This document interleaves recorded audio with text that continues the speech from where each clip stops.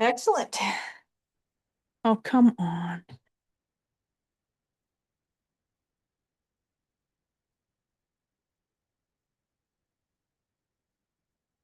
Okay, I'll call to order the Town of Crossfield regular council meeting Tuesday, November 4th, 2025 at 6:01 p.m. I was looking at that clock, but it's still not right. We'd like to take this opportunity to acknowledge the traditional territories of the Indigenous peoples of the Treaty 7 territory and the Otay-Pimisiwa Métis Government District 4. We respect the histories, languages, and cultures of First Nations, Métis, Inuit, and all First Peoples of Canada whose presence continue to enrich our community. Okay, item 3.1, November 4th, 2025 agenda. We do have a walk-on item, so for whoever is proposing the motion, please include that. And who would like to make a motion?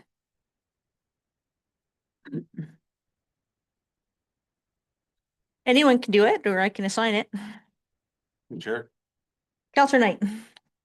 Move. I'll leave.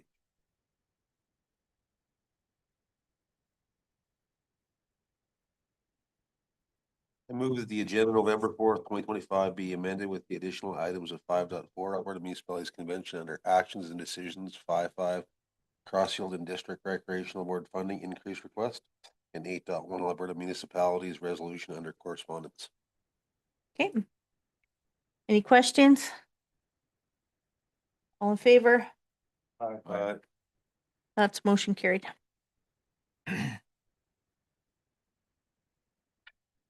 Item 4.1, October 7th, 2025 regular council meeting minutes. Are there any edits to those?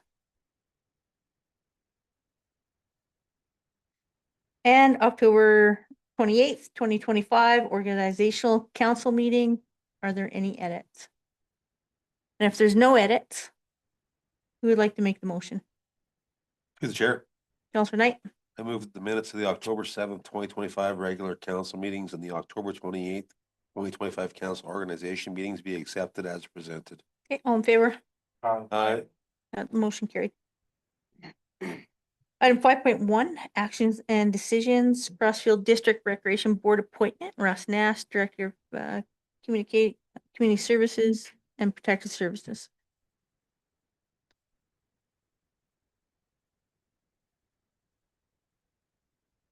Thank you, Mayor Harris. Good evening, Council. I am here to present the consideration of an appointment of resident Joanne Fox as a member at large for the Crossfield and District Recreation Board. A little bit of background, section 4.0 of the Crossfield and District Recreation Board policy 2024-02 outlines the composition of the Recreation Board, as you can see there in the report. The board currently has one vacancy for a member at large from the town of Crossfield. As a previous council member, Joanne Fox has served on the Crossfield Recreation Board for a number of years, and as her council term has ended, she would like to continue to contribute to the town and has applied to become a member at large from the town of Crossfield. So it is administration's recommendation that council appoints Joanne Fox as a member of the Crossfield Recreation Board. Excellent. I'll open up to council for any questions or comments. Through the chair. Was there any other applications for that opening? Through the chair to Deputy Mayor Gustafson. Thank you. No, there was no other applications. Okay, thank you. Okay, anything else? Who'd like to make a motion? Through the chair. Move that council appoint Joanne Fox to the Crossfield and District Recreation Board for a 3-year term expiring November 2028. Okay, all in favor? Aye. Motion carried. Thank you.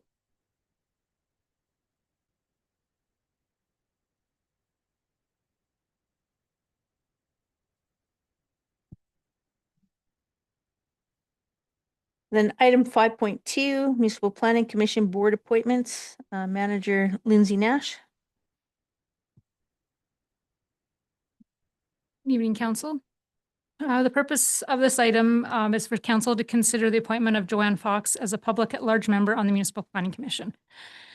Administration is recommending that council appoint Joanne Fox to the Municipal Planning Commission as a public at-large member for a four-year term expiring November 2029. As outlined in the Municipal Planning Commission bylaw 2018-2, vacancies on the commission are filled as they occur, and council appoints members to the MPC by a council resolution. Under section 4.0 of the bylaw, the MPC is comprised of one member of council and appointed annually at the organizational meeting, and 5 members at public at large. Currently, MPC includes 4 public at large members, and the appointment of Joanne Fox will bring the commission's member back in line with the bylaw requirements. Joanne is a former council member bringing valuable community and development experience to the commission. She has served on several community boards, including the Subdivision Development Appeal Board, and her background and familiarity with the municipal process makes her a strong candidate to support MPC's work. With council's approval, Joanne's appointment will be confirmed, and she will serve a standard 4-year term ending in 2029. Thank you. Any questions or comments? Okay, if there's none, who would like to make a motion? Through the chair, Go ahead. I move that council appoint Joanne Fox to the Municipal Planning Commission for a standard 4-year term expiring November 2029. Okay, all in favor? Aye. Aye. Motion carried. Lindsay, you're up next, and you are going to talk about the deputy mayor rotation schedule. Yes. As council is aware, at the recent organizational meeting, discussion took place regarding the establishment of a rotational schedule for the deputy mayor position. The purpose of the schedule is to provide each council member with an opportunity to serve as deputy mayor during their 4-year term. The schedule ensures equitable, oh my goodness.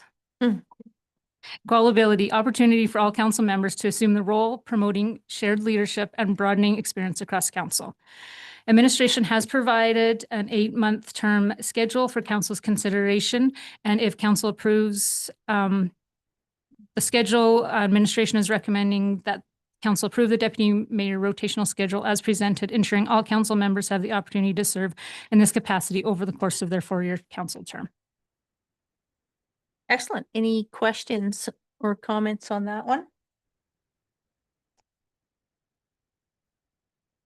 Great. If everybody's had a chance to review it, I just have a comment. I think this is a really good opportunity for council to participate in the entire role of being a counselor. We've tried to put them in a bit of an order, so we have some learning first, and then we start integrating the newer counselors so that they can see what the role is about. At any time, once you become deputy mayor, I'm always happy to answer questions or go over things that could be upcoming, or let you know if, hopefully, I will know if I'm not going to be around, but in that case, you have Kinza to lean on. All right, and so if everyone's good, who would like to make a motion? Through the chair, Councillor Brennan. I move that council approve the deputy mayor rotational schedule as presented, ensuring all council members have the opportunity to serve in this capacity over the course of the 4-year council term. Okay, all in favor? Aye. Aye. That's motion carried. Item 5.4, Alberta Municipalities 2025 Convention and Trade Show. Lindsay, you're going to abandon us, or would you like to speak that one too?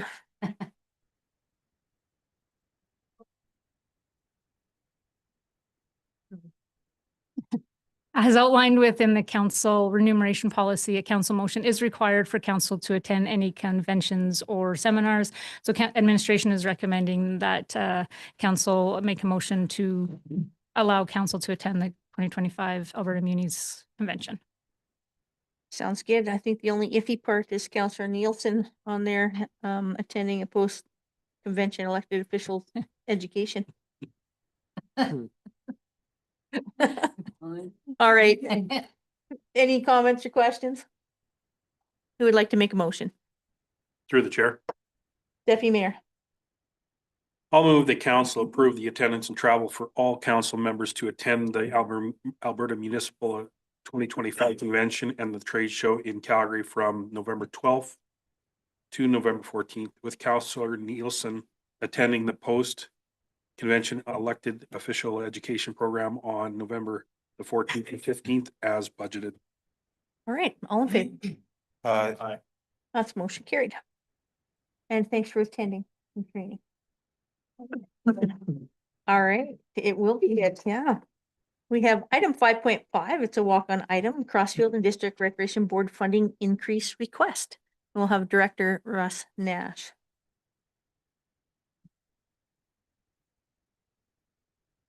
Thank you, Mayor Harris.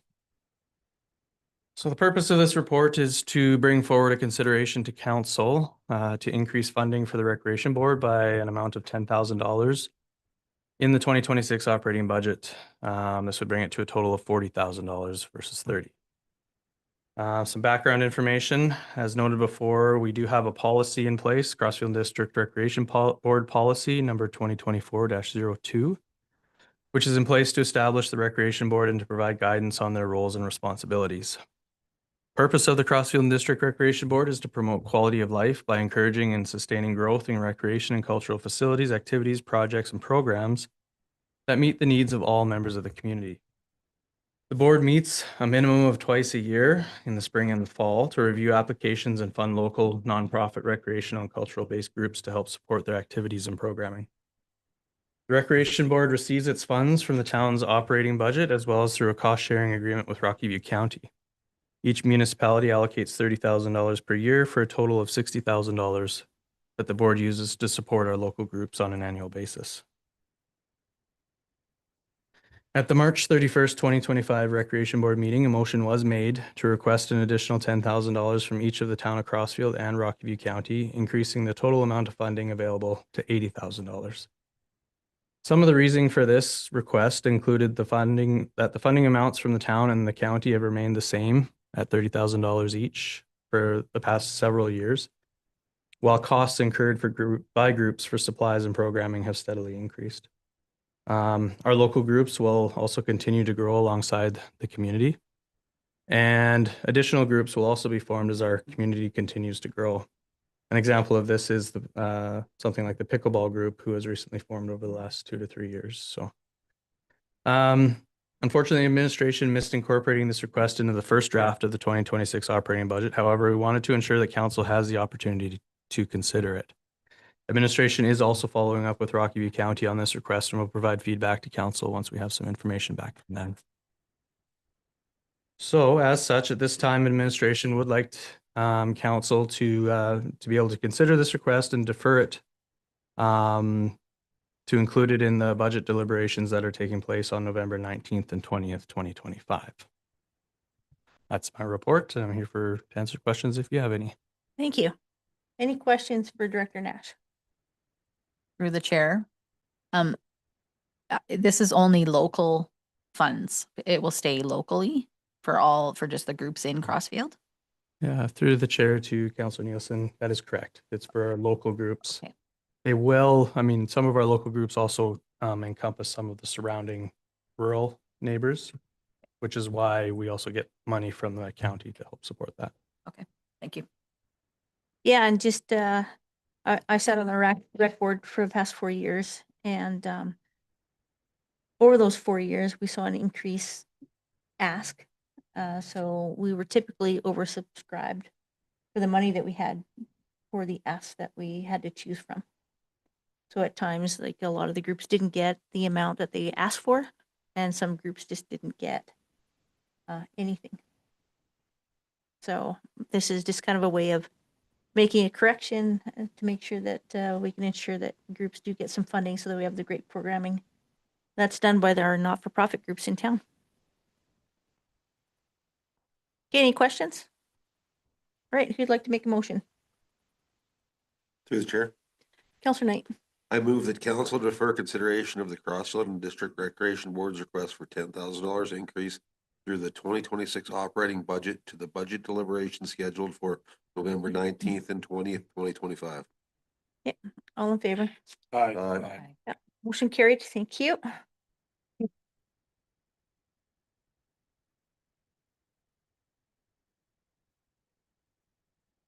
Okay, item number 6.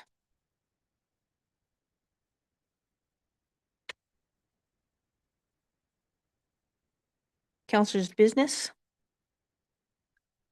So I've attended all the counselor training, the CEO meetings. I've had a mayor's caucus meeting, whereas we just talked about scheduling and attending Alberta Munis and presenting to the mayors and caucus with the help of our CEO, the funding model that we're requesting through to the government shortly. So we're running it by all the mayors and councilors so that we can get their input before we present to the minister.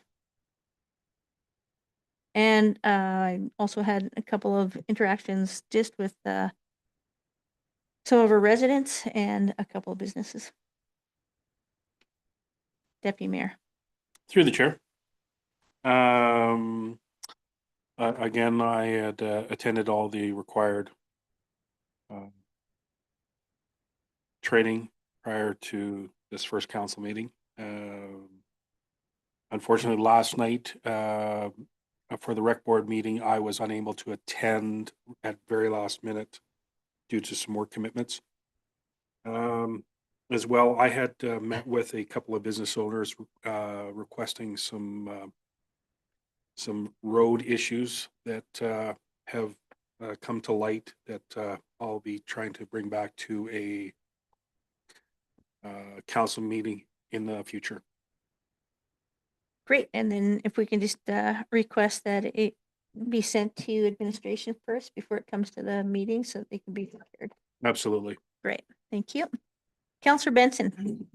I too took the training, as everybody else did, and found it quite insightful. I think the other thing is I've got my computer working. Yes. So that's not 100% the way I'd like it, but there's still some refining to do. I did actually meet with the new vet in town, just to kind of welcome him here. I know him personally, and I think he'll be a great addition to the community. He's an awesome guy and he's very competent. So if anybody needs any vet services, go see Dr. Andy. And I think, yeah, I'm just kind of looking forward to kind of getting further into this. Thank you. Awesome. And you're right, Dr. Andy is very good. Counselor Brennan. Right on. Same for me, not pretty short, just attended all of the required training. Much like Councillor Benson, found it very insightful, even as a refresher, but beyond that, nothing further to report. Okay, we're just gonna get everybody to talk into their mics. That way everybody at home can hear us, and then anybody across the room. Excellent. Counselor Kosh. Also attended all the required training. I'm signed up for more training for my appeals board, although I haven't done anything with them yet. And multiple conversations with people, primarily at the hockey rink when my son's playing hockey. Everyone's mostly congratulatory, but a few conversations about the town and what's going on. Great. That's it. Thank you. Counselor Knight. I attended the learning sessions we all got here for the training, mandatory park, got all that done, which was good. Busy with the Mountain View Water Commission, still as the chairman. All towns have now submitted their positions, so I actually worked with John, our CAO, to create a 3-page welcome package, which I shared with Councillor Kosh also.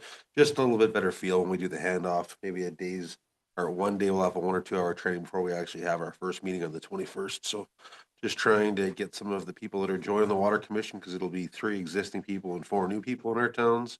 So just some better documentation, better handoff, kind of like the training stuff we've been doing here for town. I also attended the rec board meeting last night. I am quite impressed by how great the board is actually. I've presented quite a few times to the rec board, but it's in good, safe hands right there with the people that are on that board. Council will be receiving the report. I can thankfully say we did hand out the money that was requested last night. You'll see the groups that are coming forward for approval. The presentations were really good, put together quite well. It was a good meeting last night. I think it was good, and that's all I got for now. Awesome. They are a great board.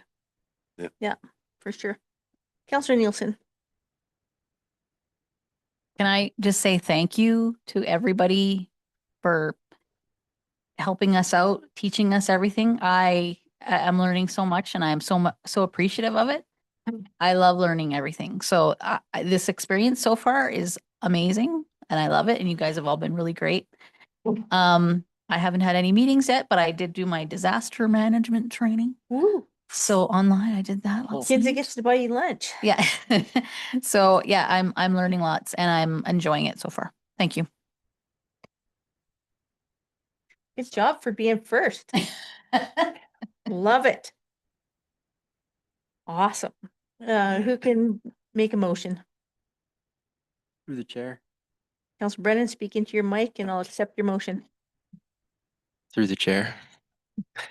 I move that councillor business be accepted as presented. All in favor? Aye. That's motion carried. Thank you. Item 7.1, Q3 operational report. CFO Amber Roulette.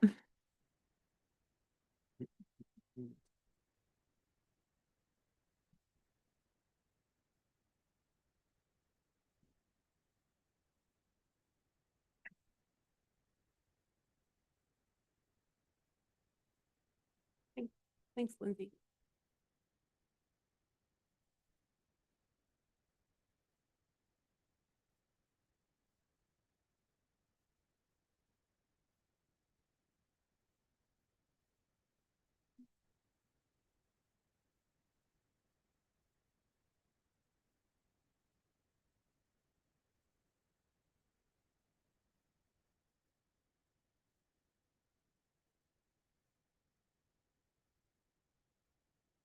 Okay, good evening, council or mayor and council. I have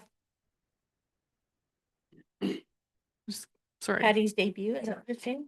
Presenting with me today is Patty Telfer, our executive assistant. So she's helped coordinate coordinate and compile the report. So she'll also help take in some of the reward of presenting it to you all. So the quarterly report is an integrated report focused on key strategic, operational, and financial results for the town. The report includes an update on activities of the organization, its capital projects, programs and services, key trending data, and financial results for the period ended September 30th, 2025.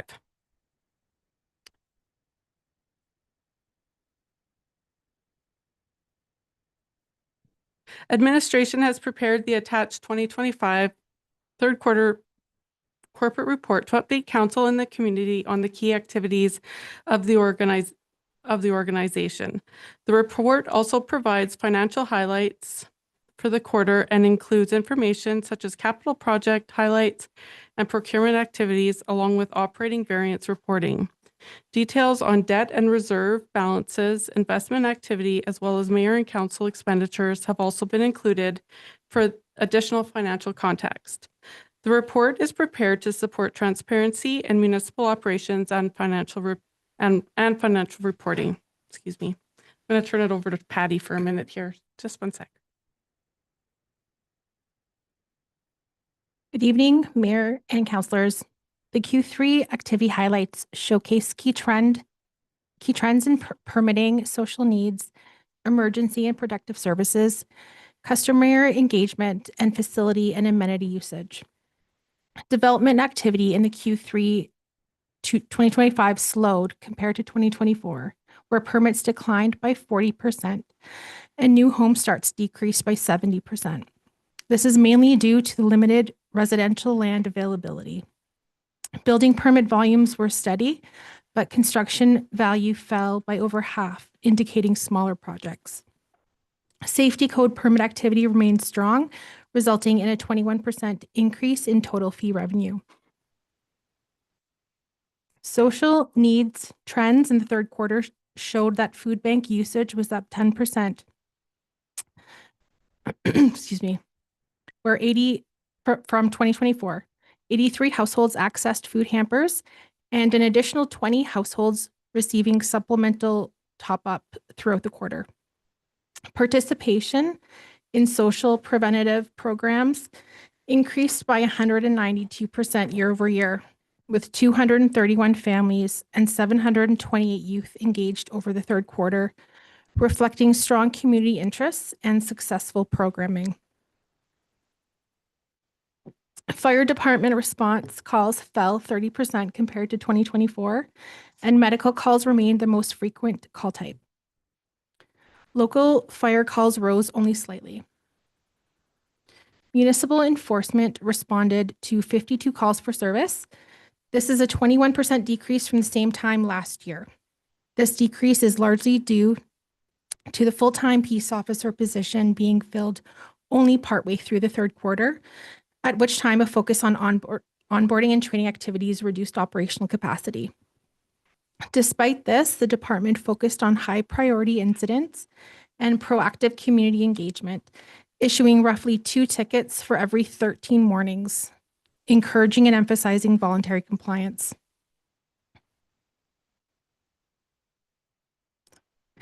The town received 1,582 customer calls for service in Q3. Engagement was driven primarily by administration requests, payment and payment inquiries, development activities, and general information requests. Call volumes were down 21% from Q3 2024. Facility and amenity trends show that overall usage remained strong in Q3. The arena saw 47% increase in bookings, driven by a new lacrosse rental contract, higher ice usage from proactive marketing, and increased demand resulting from groups displaced by the Cremona ice plant closure. Rental activities at the community center fell 50%, mainly due to a 69% decline in longer duration bookings. Rentals less than 4 hours remained consistent with 2023 levels, but dropped 30% compared to 2024, underscoring the need to attract more extended bookings.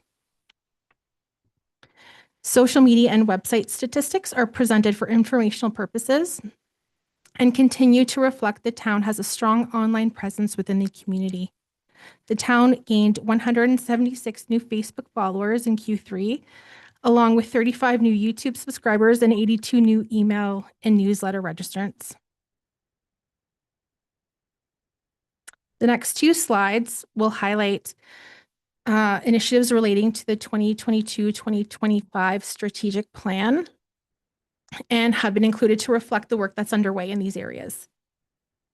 Sustainable community growth highlights include work that began in Q3 to develop a land strategy, which will help identify surplus town land and ensure that municipal land decisions support long-term growth. Additionally, council approved the Vista Crossing Phase 5 subdivision application, which successfully aligned with planning policies, ensuring that development proceeds in accordance with wastewater capacity improvements. Town infrastructure highlights include the successful completion of the receiving stream analysis, which provided valuable insight into Nose Creek's water quality and capacity, helping the town to better understand the environmental context and informing long-term planning direction. Additionally, the wastewater treatment master plan was finalized, establishing clear medium-term plans to enhance wastewater treatment capacity, reduce operational and maintenance demands, ensure safe and effective performance for future growth, and allows time to plan for long-term solutions. As of Q3, communications and public relations strategy highlights include a continued focus on community engagement, with the town promoting ways for residents to stay informed, such as signing up for monthly newsletters and email notifications, the launch of the Crossfield Connects portal, also known as eGov, which serves to empower residents with easy access to their tax and utility accounts. Additionally, eScribed was fully implemented between town administration and council, streamlining meetings and managing agendas, documents, and minutes digitally and enabling real-time participation for more efficient workflow. Throughout 2025, the town successfully advanced key priorities by advocating for its interests in engaging provincial and federal ministers on wastewater solutions, infrastructure funding, and other municipal initiatives through targeted meetings and attending strategic events. Most recently, the town has been actively coordinating minister engagement at the upcoming Alberta Municipalities Convention taking place in mid-November.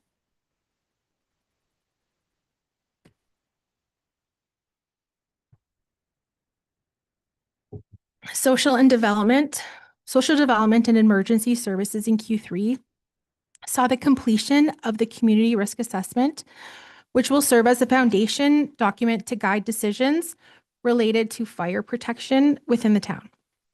The assessment identified 23 vulnerabilities. 3 were considered low, 15 moderate, and 5 were considered high. The next step will be to complete the fire services master plan, which is currently underway. Additionally, the regional RCMP policing model study by MNP was presented to council in July, and council accepted it for information while deciding not to pursue a regionalized policing model at the time. Highlights from Parks, Recreation, and Beautification included pathway improvements completed throughout town in Q3 in line with the active transportation plan. Grant funding, while not technically a strategic priority, should be noted that administration has actively pursued and secured almost $1.2 million in funding through competitive grant programs to support the priorities identified in this strategic plan. In Q3 2025, over $117,000 was received. So on to the capital plan highlights. The Amory Park Outdoor Rink upgrade is approximately 40% complete. The groundwork and structural preparations are finished, and the project is set to be completed in time for the 2025-2026 outdoor rink season. The grease trap at the community hall was successfully replaced, and the area was fully restored in July under budget, ensuring the kitchen's continued efficient operation.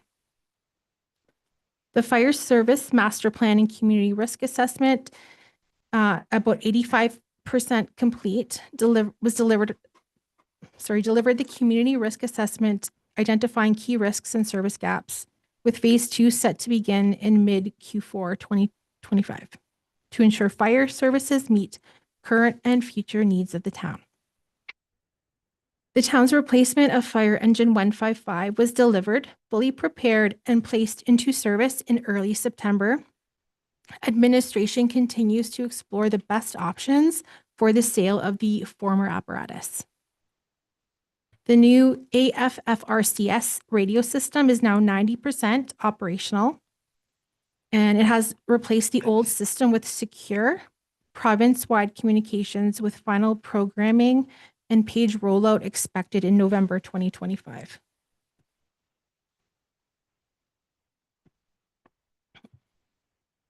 Road infrastructure project highlights include the town's annual sidewalk improvement project, which has addressed and identified hazards, is 75% completed, with full replacement of the remaining panels were completed at the end of October. The Safe Road Improvement Project began in late October 2025 at the Lott Avenue and Railway Street intersection, where durable crosswalk markings and pedestrian activated lights will be installed to enhance safety. This project is currently at 5% completion. The town's pathway replacement program had 300 meters of pathway resurfaced in Q3 to address safety and accessibility issues. The asphalt overlay program is currently 15% complete, with road conditions evaluated and prioritized. An RFP is planned for Q4, and construction will be scheduled for 2026. And the wastewater and sanitary sewer infrastructure project highlights. This includes the completion of water and wastewater main replacements on Whitfield Avenue and Athabasca Crescent. The remaining upgrades on Lot Avenue are deferred to 2026. The remaining effluent storage outlet improvement design is being assessed currently, and internal design enhancements are being explored. The town's hydrant and valve replacement project was 35% complete at the end of Q3 and was completed in early Q4 under budget.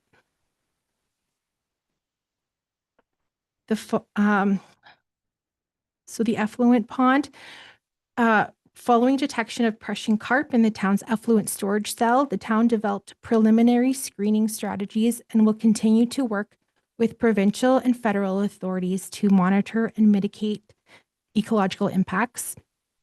The town's wastewater treatment master plan identified effluent disposal options, and council authorized administration to proceed with the polishing treatment wetland system recommendation.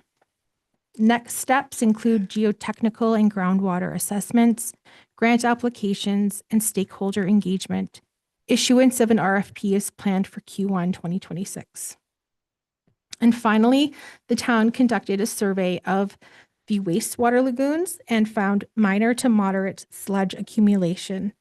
Desludging costs will be included in the 2026 capital budget for council's consideration. That's it. Thanks, Patty. So on to procurement activities. The table on the slide represents the two procurement opportunities awarded between July 1st and September 30th over a value of $25,000. The bicycle pump track and hydrant and water main valve replacement RFPs both closed during Q3.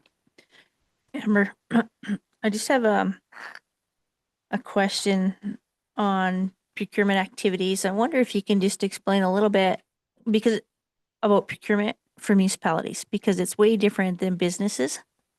And we are put through a pretty rigorous process through the MGA Act. And if you can just maybe touch on some of those points. Through the chair, absolutely. So early in 2025, the council approved a procurement policy and procedures for the town. So because we have are stewards of the public funds, public purse, we want to make sure that we're having open competitions, especially on projects that meet certain thresholds. So these ones, for example, are, quite a substantial budget. So we open them up to open competition where bidders or proponents are allowed to submit proposals or quotes or whatever it is, depending on the type of project. And then we would evaluate those based on various criteria or best price, depending on the type of project. So ultimately is to ensure that we're getting the best value for our dollar with all of our purchasing opportunities. Also, we do have to abide by certain trade partnership or trade agreement rules and follow those. So ensuring that we're having open competition aligns us with those agreements. Great, thank you. Okay.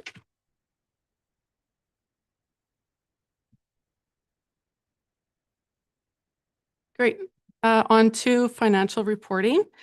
So financial reporting highlights at the end of Q3, it is generally expected that approximately 75% of our annual revenues will have been collected and about 75% of our expenditures should be committed. However, revenues and expenditures don't often occur evenly throughout the year due to various factors such as seasonality, timing of grant payments, or scheduling of major projects. So notable revenue variances include government transfers. Currently, there's 38% variance, which is unfavorable. That's basically due to the timing of grant payments. For example, the our Rocky View County Fire Services Agreement and Transfer Station cost share agreements are typically paid in Q4. So it is anticipated by the end of the year, we will be on budget for this revenue type. Penalties are at 19%, which is favorable as penalties on current taxes were applied in Q3. However, it is anticipated that the penalty revenue will fall below expectations by year end, simply because we're doing well in our tax collections. So that's a good news story. Licenses and permits, 2% of the budget remains. Development permit activity, as Patty previously mentioned, has cooled throughout Q3. However, it is still expected to exceed our budgeted expectations. Business license issuance is also trending up, partly due to a process improvement implemented between town administration and the town safety code inspection contractors. So that's good. Other revenue is 52% greater than budgeted amounts. This favorable variance relates to unbudgeted streetlight rebates, cost recovery revenue from the fiber optics program, and unplanned donations received throughout the year. However, this increased revenue is slightly reduced by lower than anticipated fines revenue resulted from the vacancy of the peace officer.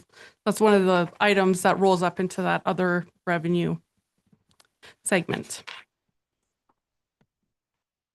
Notable expenditure variances include salaries, wages, and benefits.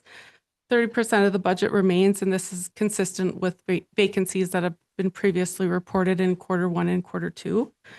Contracted and general services, 31% of the budget remains, which is favorable. However, we do anticipate that this expenditure line will be impacted by additional costs to repair that still haven't been processed for the repair and of water main breaks. And so we will see later in the report that does reflect in the annual forecast. Material, goods, supplies, and utilities.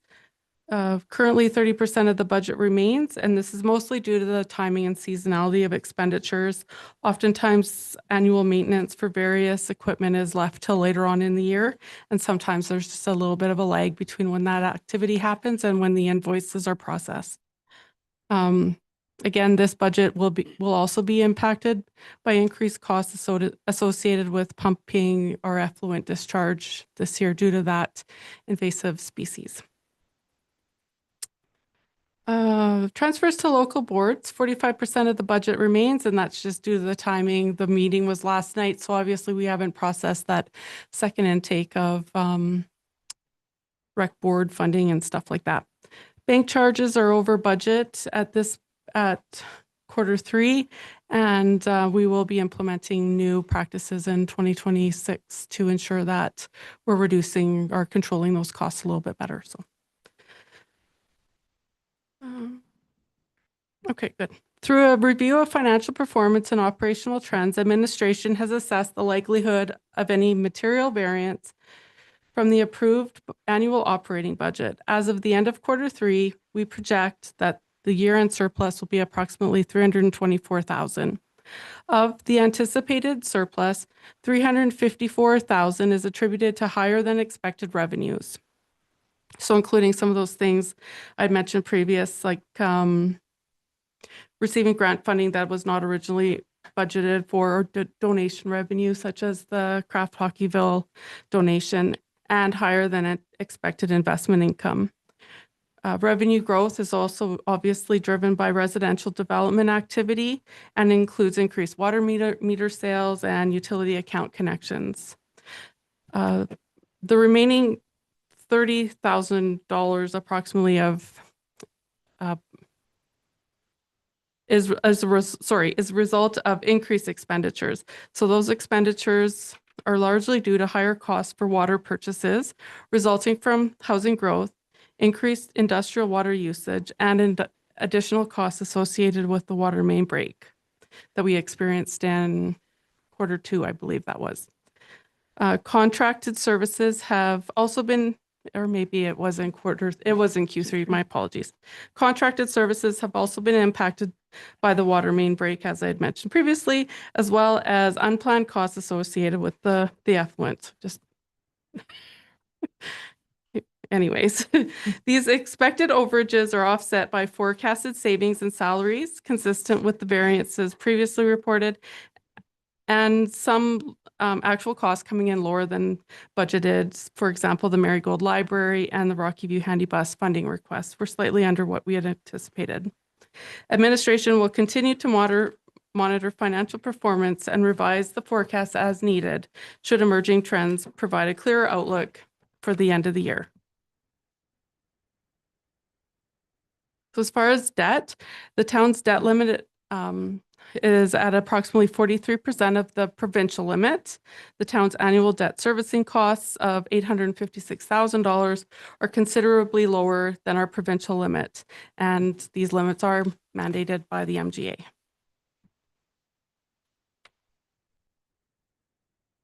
So in Q3, administration reviewed the offsite levy reserve balance to ensure it followed the required revenue recognition accounting standards referred to in PS 3400. Through this review, $1,626,899 was identified as funds that should be recorded as deferred revenue. And the remaining $990,776 was transferred to the capital project reserve. Going forward, any new offsite levy funds the town receives will be recorded as deferred revenue until they are used to pay for an eligible offsite levy project.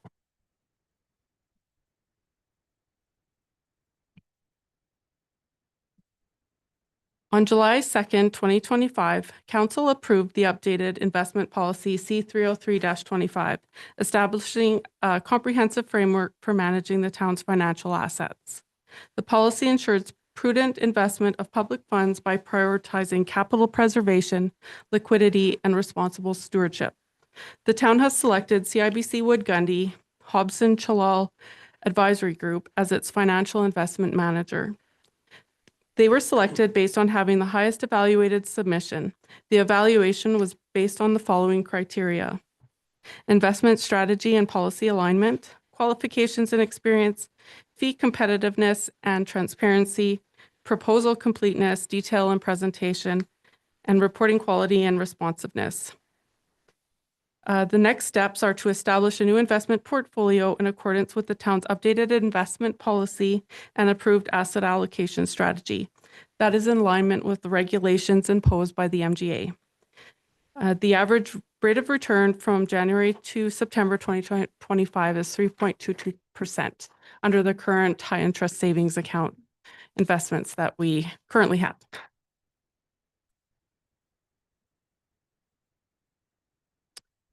So disclosing mayor and council expenditures ensures transparency, accountability, and responsible use of public funds. The cost of committee meeting expenses have been allocated equally amongst council members. Training and meetings in Q4 2025 include attendance at the Alberta Municipalities Annual Conference. Therefore, that budget variance and travel should be significantly reduced by year end. Once accepted by council, the Q3 corporate report will be available on the town's website. And it is administration's recommendation that council accept the 2025 third quarter corporate report as information. And we open up the floor now to answer any questions that you may have on the report or the presentation. Awesome. Thank you so much, Amber and Patty. Questions? Through the chair. Councillor Knight. The Banta project that hasn't been funded yet, are we planning to do that in Q4? Will that get deferred?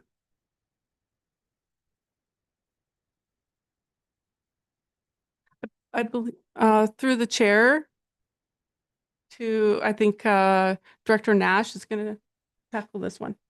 Through the chair to Councillor Knight. The goal is to get that out, an RFP out prior to year end.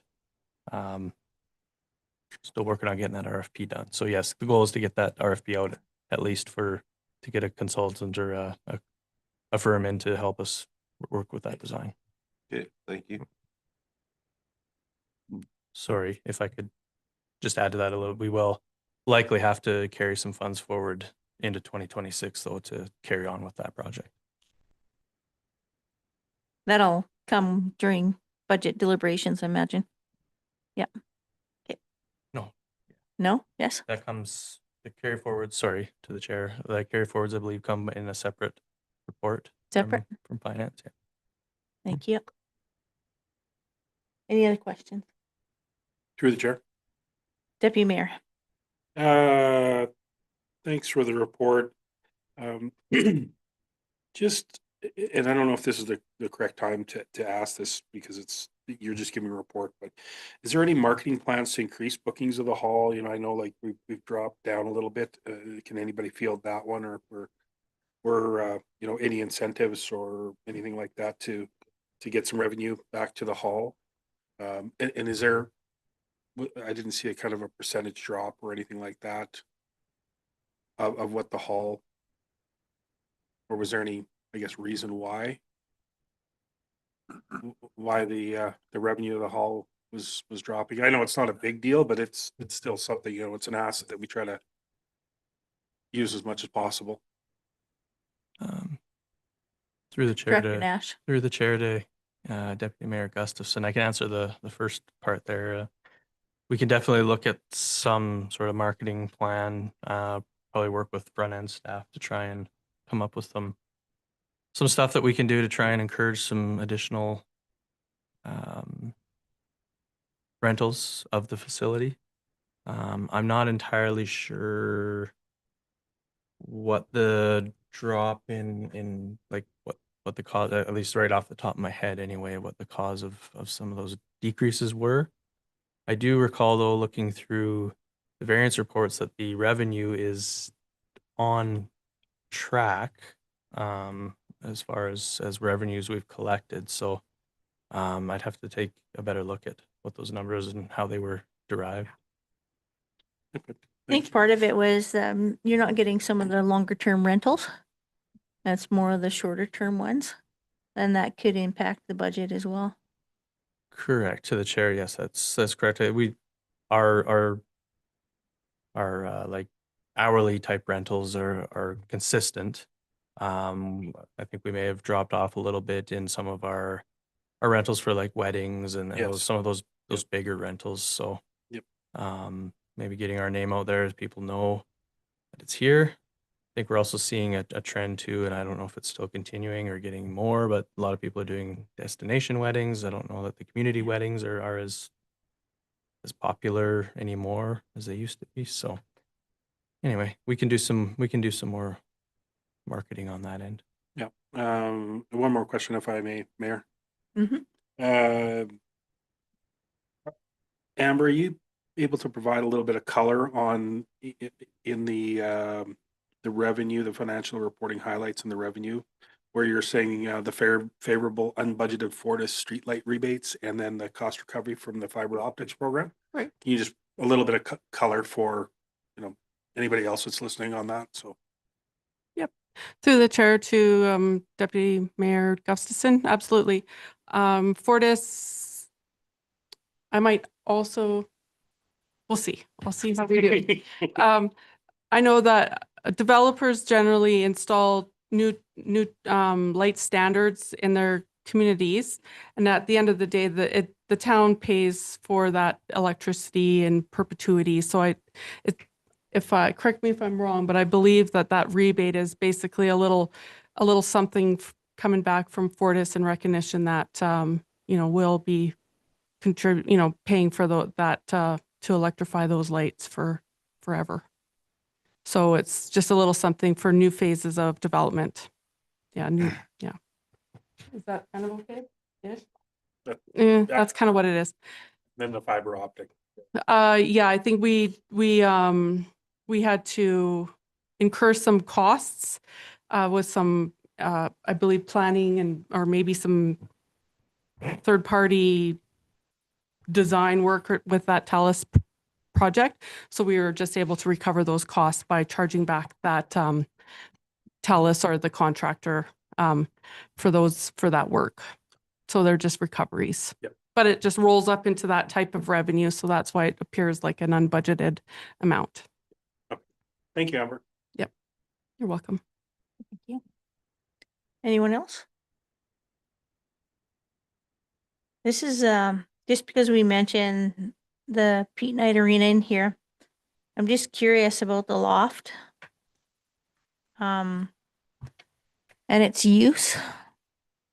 So it's mentioned here we do have some bookings, but are we still doing allowing viewing from the loft upstairs for hockey games and skating and whatnot? To the chair, I believe they do allow them to come up on request. That being said, if there is a rental, say a birthday party or something like that, that happens to conflict, obviously the birthday party gets use of the space. So people, if they request to be able to go up there and view, they will allow it. Yes. So it's not just open, it's just upon request. Correct. Okay. Correct. Thank you. And then just the plan, we mentioned the Craft Hockeyville money. Do we have a plan moving forward for that and any donations that have been given? To the chair, there is a plan. There will be a project request coming forward for capital to make use of those funds in 2026 for some accessibility upgrades to the facility. So putting operators on the front doors, as well as the doors that lead into the arena portion. And if there are funds remaining out of that, we also want to address the accessibility into the bleacher area to make that first step easier. Yeah, perfect. Thank you. Anyone else? Okay, if that's it. Can somebody make a motion? Chair, Councilor Brennan, I move the council accepts the 2025 third quarterly update or third quarterly report, sorry, as information. all in favor? Aye. Motion carried. As usual, very well done. I enjoy those reports. Thank you. Really?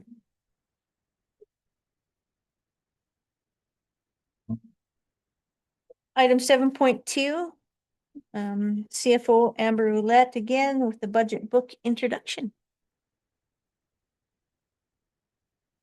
Okay, thank you again, Mayor Harris. The purpose of this report is to introduce council to the 2026 draft operating and capital budgets, and to provide those budgets to council for review in advance of budget deliberations scheduled for November 19th and 20th. The draft budget has been prepared in accordance with budget guidelines approved by council on July 2nd, 2025, and aligns with the annual budget policy 2023-02. Council is encouraged to review the budget book in advance of the deliberation meetings to support productive discussion and ensure administration can provide complete and well-informed responses. We ask that any questions or areas requiring clarification could be submitted prior to deliberations. An email will be with instructions on how to submit those requests will be forwarded to you in advance of the deliberations. Each year, administration prepares an annual operating and capital budget and associated multi-year forecast to support municipal service delivery, infrastructure planning, and long-term financial sustainability. The budget provides the authority to collect revenues and spend funds to deliver council-approved service levels. The base budget reflects the continuation of 2025 service levels, including approved staffing programs and ongoing operational requirements. Adjustments incorporated beyond the base budget represent new initiatives, service enhancements, and emerging pressures or capacity improvements. The draft 2026 budgets and forecasts have been developed using the most current information available, including assessment growth assumptions, inflationary pressures, and anticipated provincial funding levels. Following deliberations, a draft budget approval request will be brought forward to council at the Tuesday, December 2nd regular council meeting. The draft 2026 budget establishes the preliminary financial plan for the upcoming year. Actual tax rates and departmental funding allocations may be refined in spring 2026 once updated assessment and requisition data are available. Any changes will be clearly communicated through the spring budget adjustment process. That concludes my report, and the draft budget will follow under separate cover. Great, thank not you, a- Amber. Questions for Amber? Good job. Thank you. All right, if you'd like to make a motion, Through the chair, Counselor Knight. I move the council receive the 2026 draft budget book for review and deliberation as prepared in accordance with the approved 2026 budget guidelines and annual budget policy 2023-06. Okay, all in favor? Aye. This motion carried. 7.3, outstanding items list. We'll go to CEO Bernie. Thank you, Mayor Harris. Just a couple of updates to the list this evening. We would like to request that items 070, that being the ATCO Gas and Pipeline limited franchise fees, item 071 being the offsite levy reallocation, and item 073 being the snow and ice control item, all be marked as complete and removed from the list. And that concludes the adjustments to the outstanding actions list. that we're Okay, any proposing. questions? Through the chair, Counselor Knight. I'm just wondering about 20 or 73. Ken's it only because we're gonna bring it back to forward the deliberation in the budget? Or is it technically finished or I'm just curious our thoughts on that. Through the chair to Councillor Knight, that specific item is incorporated. So council had approved the adoption of the adjustment to the snow removal level of service. We've incorporated that into the budget that's being presented to council. If council opts to change that during budget deliberations, that is of council's will, they may opt to change that, but it is being incorporated into the budget that will be presented to council and will be identified as a service level adjustment with a correlating financial impact. Okay.